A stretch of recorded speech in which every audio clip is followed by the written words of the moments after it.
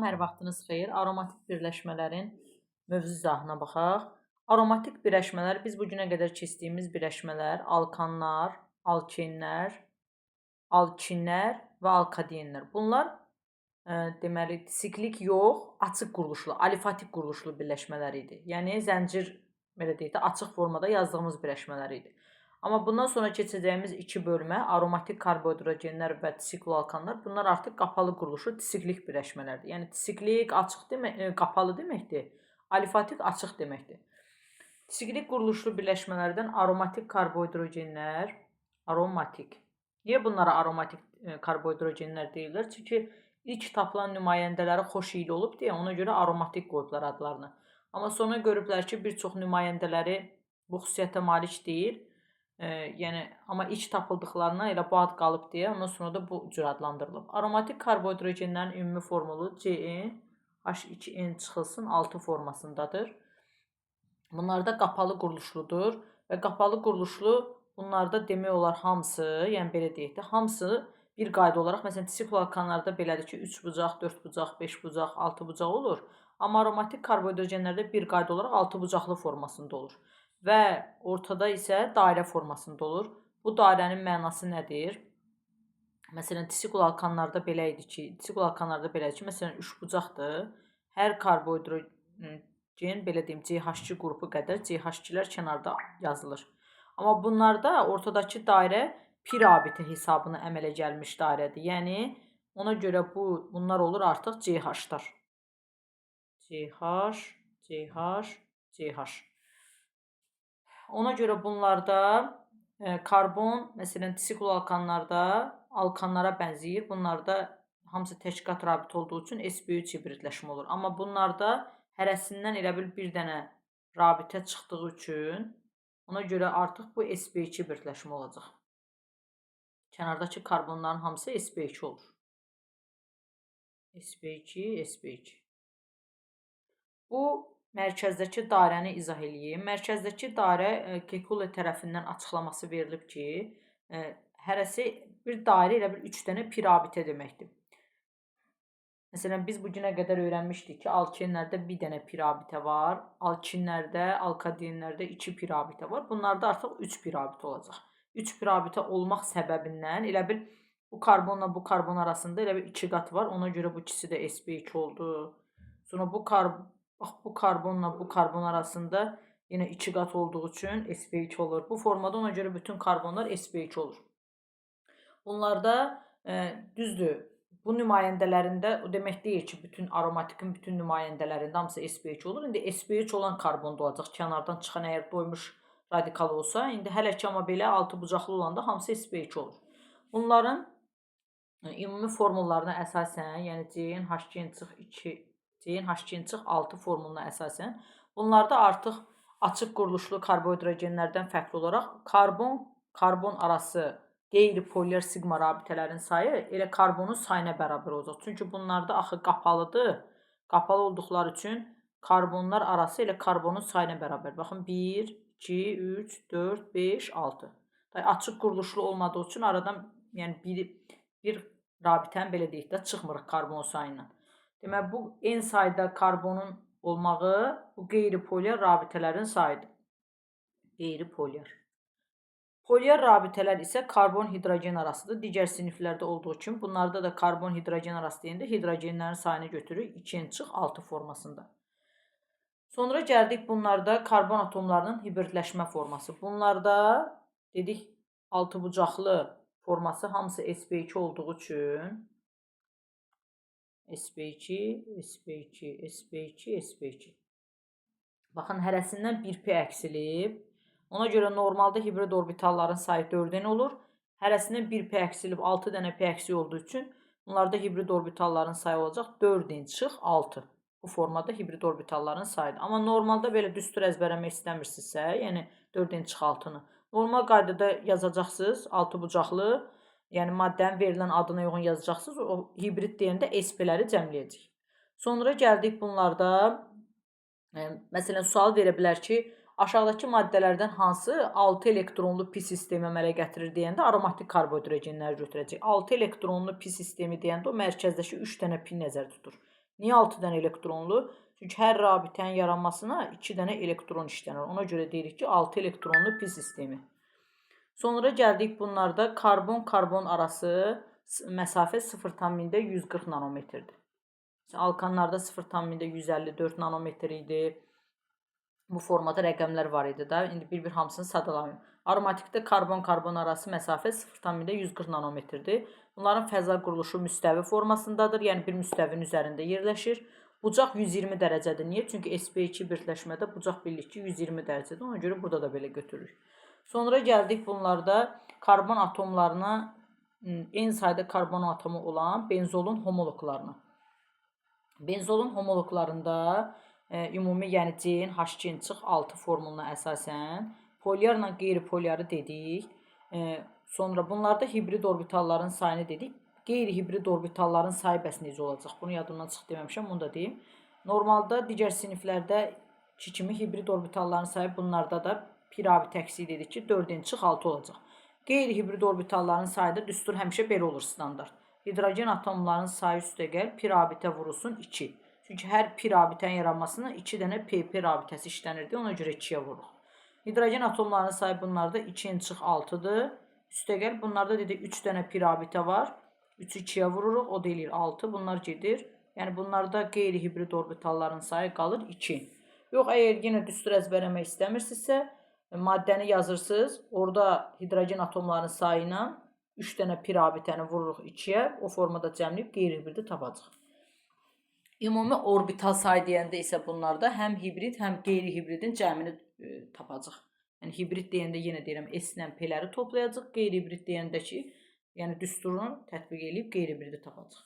Sonra gəldik bunlarda digər siniflərdən fərqli olaraq aromatik karbohidrogenlərdə radikalların adlarında fərqlilik var.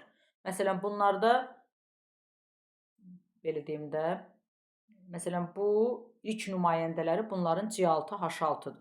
Benzol. Benzolun da qapalı quruluşu belədir. Benzol. C6H6. Benzolda əgər bir hidrogen atomu qopardırıqsa, buna deyirlər fenil radikalı. Fenil radikalı. Yox, əgər bunlarda C6H6-dan, elə bir bu benzoldan kənara bir CH3 çıxardığında bunun adı tolu oldu.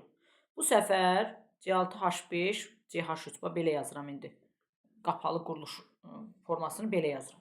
Əgər burada CH3-dən bir hidrogen qoparsaq, C6H5, CH2. Bunun adı olur benzil. Uşaqların qarışdırdığı bu iki radikalda niyə qarışdırırlar? Çünki normalda uşaqlar elə bilir ki, bu tək olanda benzoldur. Bir hidrogen qopardırıqsa, bu yəqin benzil radikal olar. Yox. Əgər benzoldan bir hidrogen qopardırıqsa, ona fenil deyirlər. Yəni ehtiyatlı olun maksimum dərəcədə, yəni bundan çaşır uşaqlar adətən. Yox, əgər tololdan CH3 hissəsindən bir hidrogen qopardırıqsa, buna deyirlər benzil radikalı. Sonra gəldik bunlarda. Əgər CH3 burada qalırsa, buna deyirlər tolol. Əgər tololda buradan bir dənə radikal, yəni birdən bir dənə hidrogen çıxarsaq radikal olsa, buna deyirlər O-tolil. O-tolil. İkisi də ortadadır. Ortotolil deyirlər də, yəni buna orto. Sonra gəldik, əgər CH3 burada qalırsa, bu dəfə buradan çıxardırıqsa radikalı, bu radikalın adı olur M-tolil, yəni metatolil. Yox, əgər bu dəfə CH3 burada qalır, lap aşağıdan çıxardırıqsa, yəni para vəziyyətdə olur. Baxın, evi paralayırıq. Buna deyirlər P-tolil. Bunu loriddə biz belə yadda saxlayırıq. Yəni, yenə sizə də rahatdırsa bu yolla yadda saxlaya bilərsiniz. Əvvəl oğul çıxır, O, sonra mama gedir, M, sonra papa, P. Oğul, mama, papa. Yəni, CH3-ün yanından çıxan ortodur. Sonra ikinci tərəfdən çıxan, yəni ondan sonra gəlib çıxan M-tolildir, metatolil. Lap aşağıdan çıxıb para vəziyyətə bölənsə paratolildir. Bu formada radikalların adlarını mütləq yadda saxlayın, çünki testlərə düşür. Sonra gəldik adlandırılmasına. Bunlarda benzol nüvəsinin nömrəlirik sırf benzol olan hissəni. Yəni bax bu hissələri nömrələyəcəyik. Amma necə nömrələyəcəyik? Burada qayda belədir. Məsələn, səliqəsiz yazdım. Məsələn, bir dənə maddə yazın. Tutaq ki, yazıram bura CH3, bura CH3 yazır. Biz elə eləməliyik ki, radikal çıxan tərəfdən nömrələyək. Və nömrələdiyimiz, radikalları nömrələdiyimiz hissələr, yəni benzol həlqəsinin içində radikal çıxan tərəfləri nömrə qoyduğumuz yerləri, nömrələri toplayanda elə eləməliyik ki, minimum olsun. Bax, məsələn, mən bunu buradan başlasam, nömrələməyə, bu tərəfə getsəm, bir də bunu belə eləsəm, CH3, CH3, üzr istəyirəm, bunu yazmamalıydım, bir də var, belə gedirəm. İndi baxın, burada 1 rəqəmindən radikal çıxıb, bir də 6. Biz bunu toplayanda 7 eləyir. Burada 1 rəqəmindən radikal çıxıb, burada 2 rəqəmindən çıxıb. Bunu toplayıram, eləyir 3. Hansı daha kiçik rəqəm oldu? 3 olan. Onda deməli, əsl adlandırma, baxın, budur.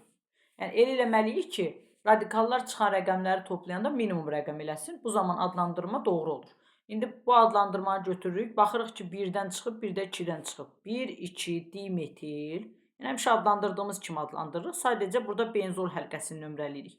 1, 2, dimetil. Sonda da deyəcəyik benzol.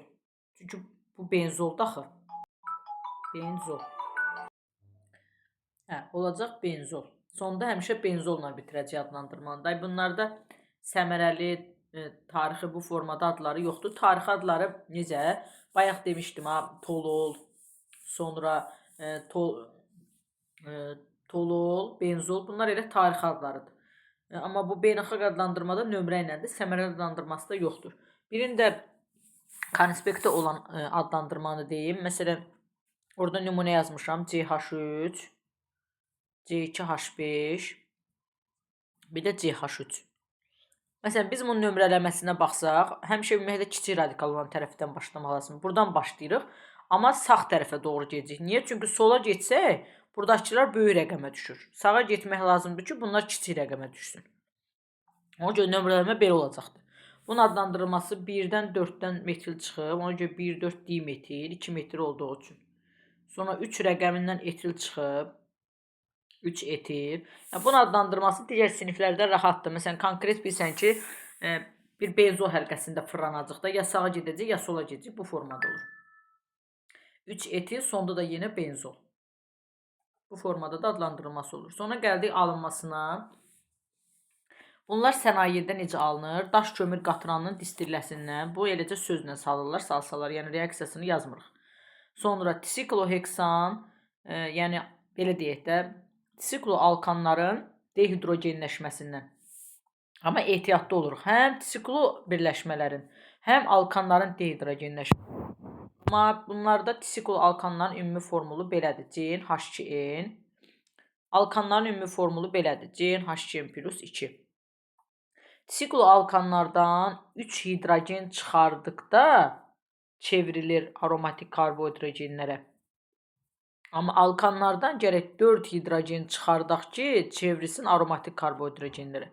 Məsələn, bu alkanların, bunların geri qayıdıb çevrilməsi də, yəni bu aromatikin üzərinə 3 hidrogen gələndə alkin alınır, yaxud disikloalkan alınır. Aromatik karbohidrogenin üzərinə 4H2 gələndə alkan alınır. Bu həm də alkanla elə disikloalkanın alınması üsulu da gedir həm də. Sadəcə orada biz vurğulamamışdıq ki, aromatiki bilmirdiniz deyə. İndi məsələn, nümunə yazıram. Tutaq ki, C6H12. Bu disikloheksandır. Disikloheksandan 3 dənə hidrogen çıxardıram. Yəni 6 dənə hidrogen, baxın buradan 6 hidrogen çıxardıram. Olur C6H6, benzola çevrilir. Məsələn, alkan götürürəm, C6H14. Bu səfər gərək biz 4 hidrogen, yəni 8 dənə hidrogen çıxardaq ki, bu zaman çevrilsin C6H6-ya.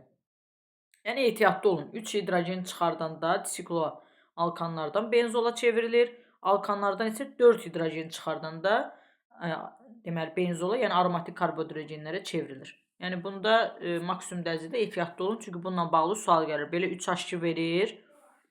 Buradakı maddəni soruşur. Sonra gəldik bunların ən önəmli reaksiyalarından biri Zelenski-Kazanski reaksiyası. Bu reaksiya sizə tanışdır. Yadınızdaydı, biz alkinləri keçəndə demişdik ki, bunlar asetilen dimerləşir, vinil asetilenə çevrilir. Yəni 2 asetilen bir-birinə bitişir. Amma bunu 3 mol götürəndə deyirdik, alınır C6H6 benzol. Baxın, oradakı həmənki reaksiyadır yenə. Sadəcə burada adını xüsusi vuruluruq, çünki əsas burada aromatikin alınması deyə buna deyirlər Zelenski-Kazanski reaksiyası, alimlərin adından bağlıdır. Sonra gəldik digər reaksiya, Friedel-Crafts reaksiyası. Nədir bu reaksiyanın mahiyyəti? Benzolun üzərinə alkenlərlə təsir etdiyimiz zaman, yəni məsələn etilenlə təsir edirik. Bu zaman həmən bu etilen gəlib benzol həlqəsinə birləşir, pir abitəsi qırılır. Olur CH2, CH3. Yəni bu formada benzol həlqəsinə gəlib alken birləşərək, yəni digər alkenlərdə bu formada reaksiya daxil olur. Alken gəlib aromatikə birləşir, pir abitəsi qırılır. Kənarda pir abitə olmayan radikal birləşir. Yəni bu formada bu reaksiyalara deyirlər Friedel-Crafts reaksiyası. Yenə bu da alimin adından bağlıdır. Çətin reaksiyalar deyil, gözünüzü qorxutmayın. Yəni sadə reaksiyalar, sadəcə bir mahiyyətini başa düşsəz, yəni yadınızda qalacaqdır. Sonra təkrarında yada düşür yenə. Sonra gəldik laboratoriyada alınması 2 dənə reaksiya ilə cəmi laboratoriyada alınır. Bu hansı reaksiyadır? C6H5, COO natrium, üzərinə natrium OH gəlir. Bu reaksiyaya oxşar alkanlarda da var idi. Deyirdik, burada ucdakı hidrogen gəlib buna birləşir. Olur C6H6. Bunlar da ortada birləşib çıxır. Natrium 2, karbon O3. Yəni buna eynən oxşar alkanlarda da vardı. Yadınızdaydı, deyirdik ki, onlardakı hidrogen gəlib bura birləşir. Məsələn, C6H14, 15 idisə olur C6H16 məsələn. Sonra gəldik digər laboratoriyada alınma üsulu C6H5OH. Fenolun üzərinə sinklə təsir edirik. Buradan sink gedib oksigeni götürür, olur sinko. Bu hidrogen də gəlib bura birləşir, olur C6H6. Yəni bu da bir asan reaksiyadır. Sonra gəldik bunların tarixi adlarında dedik benzol C6H6'dır. Mütləq bunların adlarını yadda saxlayın, çünki testlərdə soruşur. Bu benzoldur. Sonra əgər benzol həlqəsindən kənara bir CH3 çıxırsa, bunun adı toluoldur. Toluol.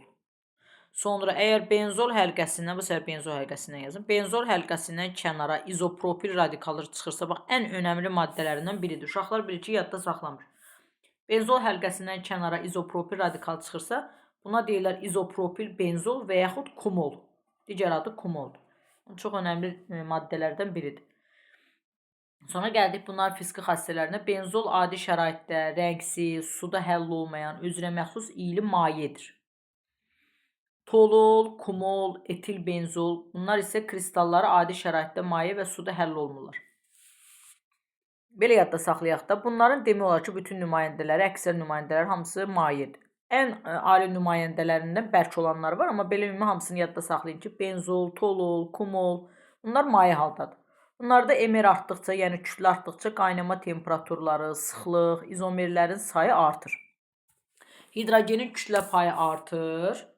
Niyə dedik belə yadda saxlayacaq ki, biz belə qayda demişdik də, hidrogen çıx olduqda hidrogenin kütlə payı artır. Ona görə karbon-2 də azalacaq. O necə demişdik ya, alkadenlərdə, alkinlərdə belə yadda saxlayın. CnH2-2-də hidrogen çıx olduğu üçün hidrogen əksinə artır, karbon azalır. Burada da bax, çıx olduğu üçün hidrogen artacaq, karbon azalacaq. Sonra gəldik bunların kimyəvi xassələrinə. Bunlar pirabitə, mərkəzə dairə 3 dənə pirabitəsi var idi. Ona görə birləşməyə də daxil olurlar, əvəz etməyə də gedirlər, oksidləşməyə də daxil olurlar. Birləşmə reaksiyaları bayaq alınmasındakı reaksiyanın tərsini olacaq. Bu səfər benzol özünə 3 hidrogen birləşdirib sikloalkanlara çevriləcək. Yəni bu formada istənilən götürə bilərik. Məsələn, toluol da götürüb üzərinə 3 hidrogen gəlsək, buradan alınacaq C6H11CH3. Yəni sikloheksanın qıraqda metil çıxan versiyası, metil disikloheksan. Yəni disikloalkanlar keçəndə yenə bu reaksiyanı orada deyəcək. Sonra gəldik bunlarda. Bayaq dedik ki, C6H6 alınanda alkan 4 hidrogen verir. İndi bu səfər benzol 4 hidrogen birləşdirib, bu səfər alkana çevriləcək. C6H14. Sonra gəldik bunların ən önəmli reaksiyalarından biri.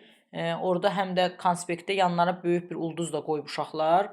Konspektini sizə verəndə görəcəksiniz. Bəzi uşaqlar orada həmişə ulduz qeyd eləyir. Onu da elə sizə elə çıxartmışam. O ulduz olan reaksiyalar nədir? Benzol halogenlərlə əvəzetmə reaksiyasına daxil olur. Amma əvəzetməyə 3 formada daxil olur. Bir işığın təsiri ilə, bir dəmir ferrum xlorüç iştirakında, bir alüminium xlorüç və yaxud alüminium bromüç iştirakında. Yəni dəmir duzları və alüminium duzları iştirakında. Əvvəl 3 xlor 2 ilə əgər işığın təsiri ilə daxil olursa, bu zaman birləşmə reaksiyasına daxil olur. C6, H6, xlor 6. Bu zaman birləşməyə daxil olduğu üçün burada mərkəzdəki dairə yoxa çıxacaq.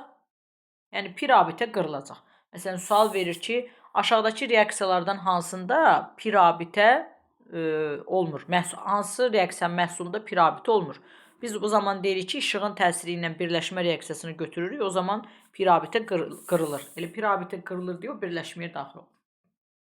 Sonra gəldik alüminiumla dəmir iştirakında bəs nə baş verir? C6, H6 üzərinə xlor 2 gələndə, əgər dəmir xlor 3 iştirakında katalizator olaraq götürülürsə, bu zaman benzolun bir hidrogeni xlorla əvəz olunur.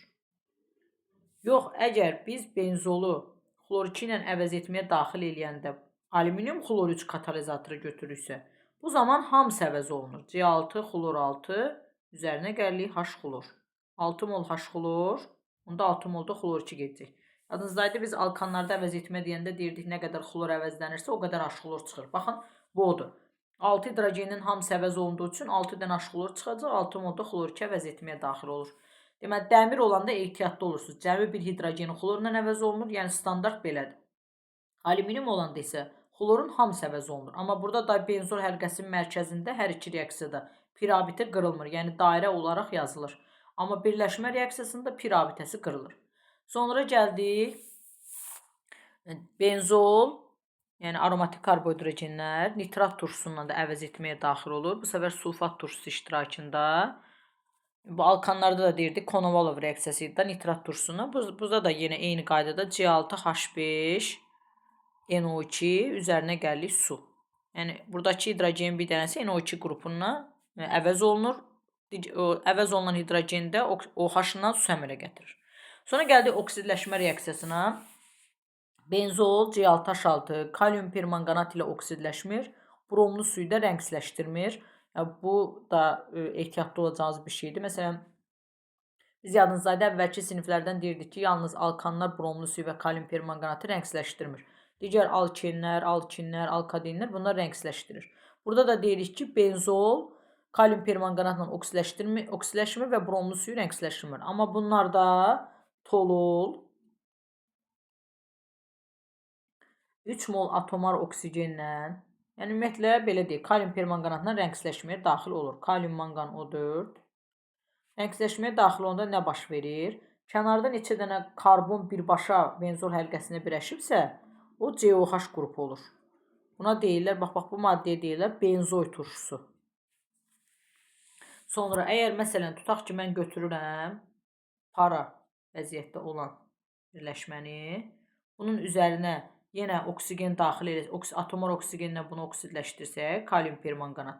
Bu səfər baxın, kənar 2 dənə CH3 birbaşa benzol həlqəsinə əlaqələndiyi üçün, o zaman 2 dənə COH qrupunu birbaşa CH3-ün yerində yazacaq. Bu maddəyə də deyirlər, indi 11-ci sinifə aid birləşmələrdir. Bunu keçəcək. Tereftal, bu tereftal turşusudur. Bu isə benzoy turşusudur. Yəni birbaşa neçə dənə CH3 benzol həlqəsinə birləşirsə, o qədər COH qrupu çıxardırıq. Deyəcəksiniz, bəs birbaşa əlaqələnməsə nə baş verir? Məsələn, tutaq ki, mən götürürəm CH2, CH3. Üzərinə atomar oksigen gəlir, kalium permanganatla deməli rəngsləşdirəndə nə baş verir? Baxın, burada birbaşa bir karbon birləşib, onda bunun yerinə COH-ını yazıram. Əgər birbaşa birləşəndən əlavə karbon varsa, artıq onu karbon turşusu kimi çıxardacaq. Bir karbon olduğu üçün qarışqa turşusu kimi çıxarılır. Yox, 2 dənə olsaydı sirkə turşusu kimi çıxardardıq bu formada. İndi bu 11-ci sinifə aiddir. Orada yenə ətraflı keçəcək. Yəni digərini deməli üzvü turşu kimi çıxardırıq, amma belə də siklik turşu kimi çıxardırıq. Yəni birbaşa neçə karbon birləşirsə. Sonra gəldik bunların oksigende yanmasına. Aromatik karbohidrogenlər də digər siniflər kimi oksigende yananda alınır karbon qazı, su. Ümumi formulunda əsasən yazaq. CH2-6 üstəgəl oksigen. Alınır karbon qazı, bir də su. İndi N karbon var, buraya yazıram N. 2N-6 su var, buraya yazıram N-3. Çünki 2-yə vuranda 2N-6 eləsin. 2N oksigen burada var. N-3 oksigen də burada var. Cəmləyirik 3N-3. Onda da bölürük 2-yə. Baxın, bu ümumi formuluna əsasən əmsallaşdırdı. Amma belə normal C6H6 tutaq ki, oksigenlə yandıranda alınacaq CO2 bir də su. Karbon hidrogen sayına əsasən əmsallaşdıracaq. Sonra gəldik tətbiqinə. Bunlar benzol sırası karbohidrogenlərdən partlayıcı maddələr, plastik kütlələr, sintetik lif istehsalında və s. istifadə olunur. Boya hətta dərmanlar da hazırlanır. Sonra gəldik bunların içində keçdiyimiz, amma aromatik karbohidrogenlərin nümayəndəsi olmayan stirol. Stirol aromatik karbohidrogenlərin nümayəndəsi deyil, çünki onların formuluna uyğun gəlmir. Amma bu dərsin içində öyrənirik. Stirol nədir? Benzol həlqəsinə kənardan vinil radikalı birləşən bir birləşmədir. Buna vinil benzol da deyirlər digər adı olaraq. Amma bu ümumi aromatik karbohidrogenlərə niyə uyğun gəlmir? Çünki bunun formulu C8H8-dir. Bu da CH2-6-nı ödəmir. Ödəmədiyi üçün bunların sinifinə aid edilmir. Amma belə bunların sinifində, yəni bu dərsin içində öyrənirik. Stirol dedik, ya belə yazılır, ya da C6H5, CH 2 qat rabitə CH2. Ona görə benzolda fərqli olaraq, yəni aromatik karbohidrogenlərdən fərqli olaraq bunlarda düz 4 dənə pi rabitə var. 3 dənəsi benzol həlqəsində, bir dənəsi də burada, ona görə 4 dənə pi rabitələri var. Stirol digər benzol karbohidrogenlərindən fərqli olaraq adi şəraitdə bromlu suyu və kalium permanganatı rəngsizləşdirir. Dedik, yenə də ehtiyatlı oluruq. Bu benzolun homoloqu deyil. Soruşur bəzən, aşağıdakı maddələrdən hansı benzolun homoloqu deyil, onda stirol götürürük. Stirolda C6H5, yenə formulunu yazaq, CH2. Burada karbon-karbon arası sigma rabitələrin sayı, yenə bayaq dedik, bu da siklik olduğu üçün karbon-karbon arası sigma rabitələrin sayı elə karbonun sayına bərabərdir. 8 karbon olduğu üçün CC arası rabitə 8 dənə olacaq. CH arası rabitə ilə hidrogenlərin sayıdır, o da 8 dənə olacaq. Sonra bunlarda, bu maddədə, yəni stirolda hibrid orbitalların sayı, buradakı 6 dənə karbon hamısı sp2-dir. Onda sp2-də 3 dənə, 6-nı 3-ə vururuq. Alt dəfə üçün 18 hibrid buradadır. Bu da sp2, bu da sp2. 6 dənə də burada, üstünə də 6 gəlir. Düz 24 dənə hibrid orbital var. Bütün sığıpları cəmlədik. Qeyri-hibrid orbitalların sayı, hidrogenlərin sayı 8 dənədir. 8 hidrogen üstəgəl. 4 dənə dedik, pi rabitə var. 4-ü 2-yə vururuq. 8 üstəgəl 8, 16 dənə də qeyri-hibrid var.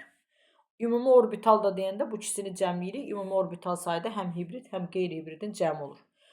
Stirol həm halogenlərlə, həm bromlu suyu dedik rəngsizləşdirir. Halogenlərlə hidrogenin birləşmə reaksiyalarına daxil olur. Amma ehtiyatlı oluruq. Məsələn, aromatik karbohidrogenlər bayaq dedik də, 3 hidrogen birləşdirəndə disikl alkanlara çevrilir. 4 hidrogen birləşəndə alkanlara çevrilir. Amma stirol aromatiklərdən fərqli olaraq 4 dənə pi rabitəsi olduğu üçün 4 mol hidrogen birləşdirir. Sonra disikl alkanlara çevrilir. Yəni C6, H5, CH2, CH3. Yəni pi rabitəsi qırılır. Sonra bunlar xlorla, bromla yenə birləşmə reaksiyasına daxil olur. Bu da çox asandır. C6, H5, CH, CH. Elə bil eynən alkenlərin reaksiyası kimi. Üzərinə xlor 2 gəlirik. Nə baş verir? Bu pi rabitələrini dairəyə alırıq. Pi rabitəli olan karbonlara gətirib xlorları birləşdiririk. Pi rabitədə qırılır. Yəni asandır stirolun reaksiyaları. Sonra stirol aromatik karbohidrogenlərdən fərqli olaraq kənarda pi rabitəsi olduğu üçün polimerləşmə reaksiyasına daxil olur. Polimerləşmə reaksiyası da belə yazırıq. CH, C6H5. M molekul götürürük. Alınır CH2, kənarlara pi rabitə qırılır, kənarlara çıxır. C6H5. Ona deyirlər polistirol. Bu stiroldur. Polimerləşir, olur polistirol. N molekul. Yəni N saydadır. Sonra gəldik ən önəmli reaksiyalardan biri. Yenə bu da çox-çox önəmlidir. Mütləq yadda saxlayın. Biz aromatik stirol haqqında bu qədər. Yəni stirol bir də deyim ki, maye haldadır. Biz dedik aromatik karbohidrogenlərin ən önəmli reaksiyalarından biri kumoldur. Yəni izopropil benzol.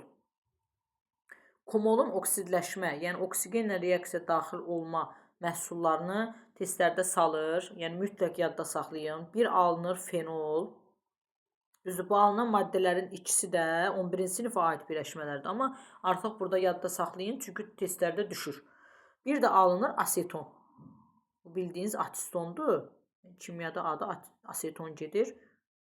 Deməli, kumolun oksidləşmə məhsulu, yəni oksigenlə reaksiya daxil olanda məhsullar alınır fenol. Bu da açılışı belə yazaq da C6H5OH.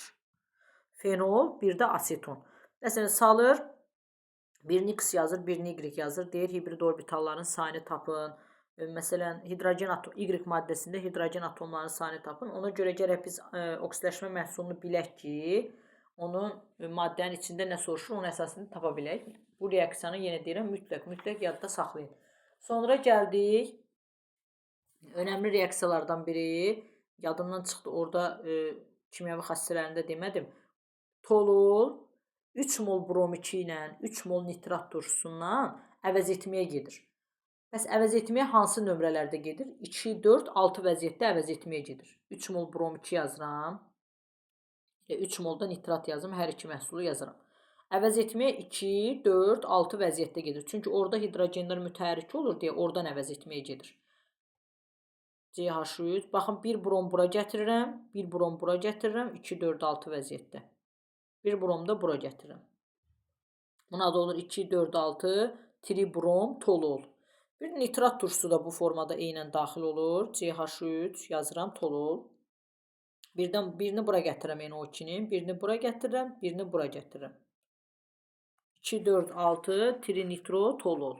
Yəni 3 brom 2, 3 nitratla həmişə yadda saxlayın ki, 2, 4, 6 vəziyyətdə əvəz etməyə gedir tolol.